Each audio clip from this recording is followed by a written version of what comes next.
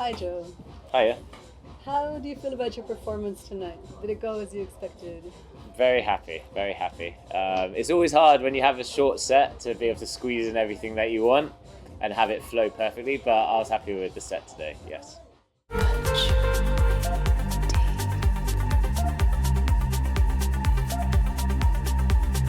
Welcome to Patchouli Deep. What kind of vibe were you aiming to create with your set? What was the vision behind it? It was just nice to be able to showcase a range of my productions because, I kind of play in the sort of organic, Afro, tribal, melodic, progressive sort of house genres. And tonight I played a mixture of the sort of more organic, Afro and sort of melodic stuff. I would have liked to have played some of my more progressive stuff, but time limiting, so yeah. How do you connect to the audience and to check to see whether you're on the right track when you're doing a set? It's always a tricky one. You have your vision for what you want to showcase with any gig or set that you're playing, right? And you have to be able to switch gears if needed. And if you're doing the job as a DJ, you should be able to do that on the fly. Sometimes you feel like the energy's low, you need to pick up, then you sort of move in that sort of direction, right? Or vice versa, sometimes you see the crowd and they're not sort of like getting the response that you're hoping, so you have to like internally switch things up, right? So yeah, it's all part of the job. Yeah. So yeah. What do you hope the audience takes away from listening to your set? I hope they get a flavour of my soul ultimately. It's really about when you're producing music, you might spend anything from, 3 weeks to 2 months to like starting a track to finishing it. And, it's just really nice to be at a stage now, 2 years from when I started, to be able to actually showcase a range of my work and my soul ultimately. And I just feel really blessed to be able to do that with Patchouli Deep. So, yeah. That's deep, that you're showing part of your soul. Do you think about the audiences when you're producing? And do all of your productions end up being publicly played? I think that when you are producing, you're just in the moment. I do want people to play my music, because that's how you get your reputation, your name and your style out there. But when you're actually in it, it's very much what you're feeling, like a real gut instinct too. Whether you're listening to vocals, to samples, whether you're playing on the keys or they're able to push, or in whichever door that you use, it's some tracks are more personal, emotional tracks for me, and then which might not necessarily be suited for the dance floor.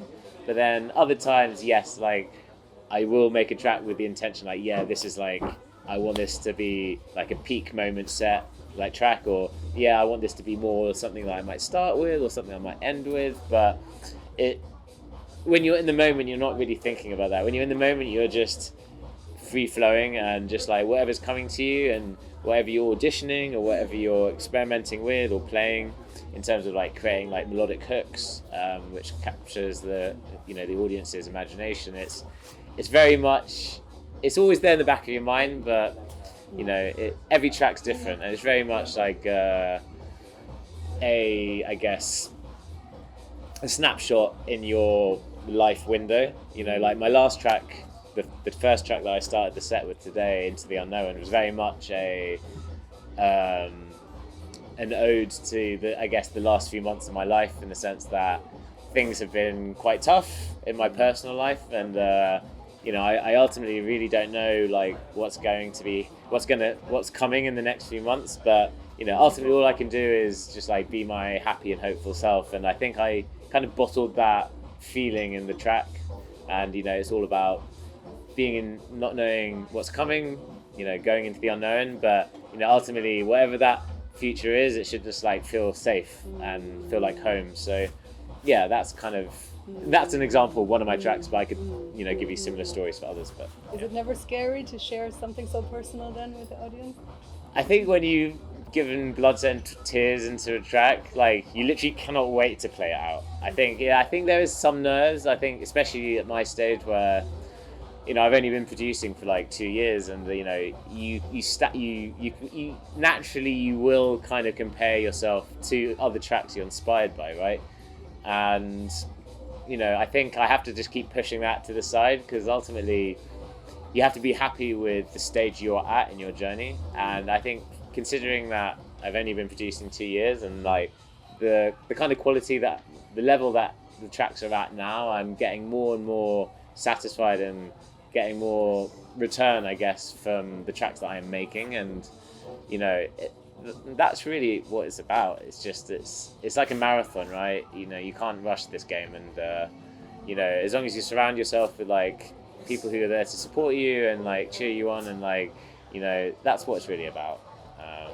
But yeah, we'll see what happens. It's really inspirational to hear you talk. What made you go into music?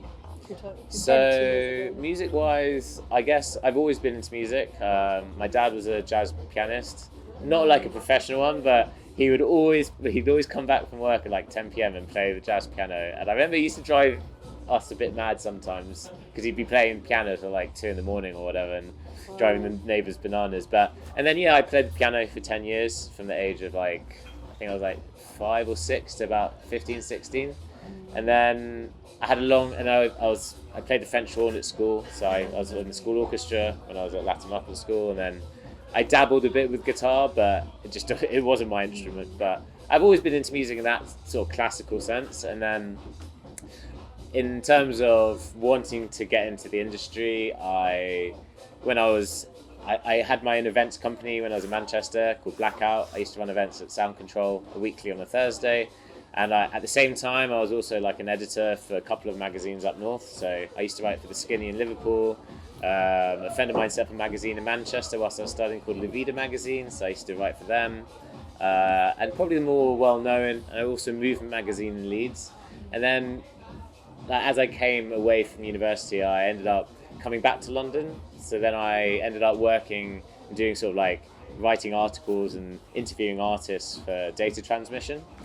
Or DT, as most people know it as. And yeah, like I just kind of got, like 2 years ago, I just got to a good point in my life, and with me and my partner Antonia, and I had some money saved up, and I was just like, what, fuck it, like, I'm just gonna go for it, full hammer, and just see what I can make and create in like before I have kids. So I kind of set this like sort of a rough timeline, I guess, and ultimately since then I've just been like trying to squeeze in whenever I can with all the other things in my life. And so always been into music. I'm inspired by everything over the years. My tastes have changed, but I definitely would say like right now the thing that I'm most into is that kind of like organic, kind of tribal. And when I say tribal, it really just means like worldly sounds, so like interesting instruments from different like cultures, different countries, rhythms from different genres. And like I'm not like a straight house guy. I love house, but like I like things like slightly, I guess, oriental, bit exotic.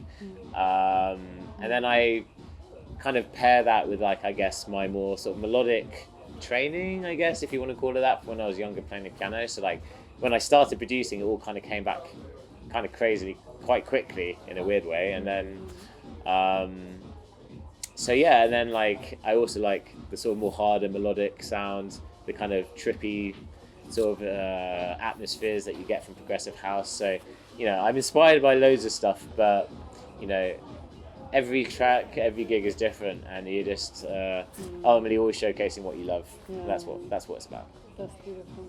Do you want to talk a bit about any upcoming releases that you have, or gigs that you have, where people can find you, where they can listen to you? Yeah, so I mentioned it, I just released Into the Unknown. So that was my original production, that I published that last Friday. That's currently on my SoundCloud, which for the listeners out there, you can find me at jdent2612 on all the usual social media channels, and SoundCloud, Mixcloud, Instagram, Snapchat, all that stuff. So you can find it there. I'm currently, it's not all of the tracks I've played tonight aren't actually released on any labels. Very much just experimenting at this point and building up a chest of tracks. And eventually I will have my first GOLDHAWK EP. but yeah, just enjoying the process. In terms of other things, I guess I'm working on. Well, I've got a gig in Brixton on Friday at Substation. So if you want to watch some amazing top of the game boulderers compete for £3,000 while I was listening to banging tracks, I'll be playing at Substation from 7 till 10 p.m. And then in terms of upcoming pipeline stuff, working on a remix for a very good friend of mine, Giovanni, whose artist name is Para V. And the track is called Nightjar. So yeah, adding my kind of tribal flavour or GOLDHAWK flavour to his track. And then I'm also working on another remix soon after that with this guy called John X. And this is no joke, like this is one of those weird coincidences, but I was like, some guy was like inquiring about a garage on my estate, and he just happened to basically be this, like, he was the resident DJ at Heaven in 1991 to 1995, and he used to release tracks with like Pete Tong and Judge Jules and that sort of trance 90s era. And anyway, I'm remixing one of his tracks called Crescendo, which was a trance classic. If you go on YouTube and look it up, it's huge. It's got like 250,000 plus listens or whatever. So yeah, looking really forward to remixing that, because there's a beautiful vocal in it where he basically says like, "Let the heavens open," and there's some amazing like sounds in that. So yeah, looking forward to that one. And then I'm also working on a collaboration with a good friend of mine and part of the Patchouli family, a guy called Soul Out Delete. He's a progressive house producer. We've got a track called Lost at Sea we've made together. So yeah, he's tying up the loose ends and packaging that one up nicely now. That will be coming out very soon. And that's it. Yeah. That's good. We love your sound, so we can't wait to hear more. And Amazing. To hear you more everywhere. So thank you Cool. so much. No worries. Amazing. Yeah, Cool. really good. Great chatting. Thank you.